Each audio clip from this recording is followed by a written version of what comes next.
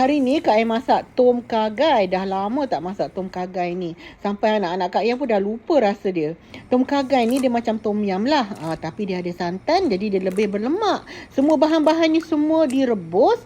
Macam kita masak tom yum, daun limaunya. Tapi dia kena ada lengkuas lebih sikit. Sebab tom kha gai tu kiranya ayam dia rebus lengkuas. Kak Ai masukkan cendawan juga. Bila bau kicap sotong ke ikan ke, memang naikkan selera. Dia macam balance rasa manis, rasa masam dan juga rasa masin. Bila ada santan, dia lebih orang kata sedap. Ada daun ketumbar.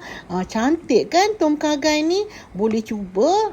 Dia punya resepi macam pun resepi tom yum, makan dengan nasi putih ataupun hirup macam tu, rasa fresh dan puas sangat.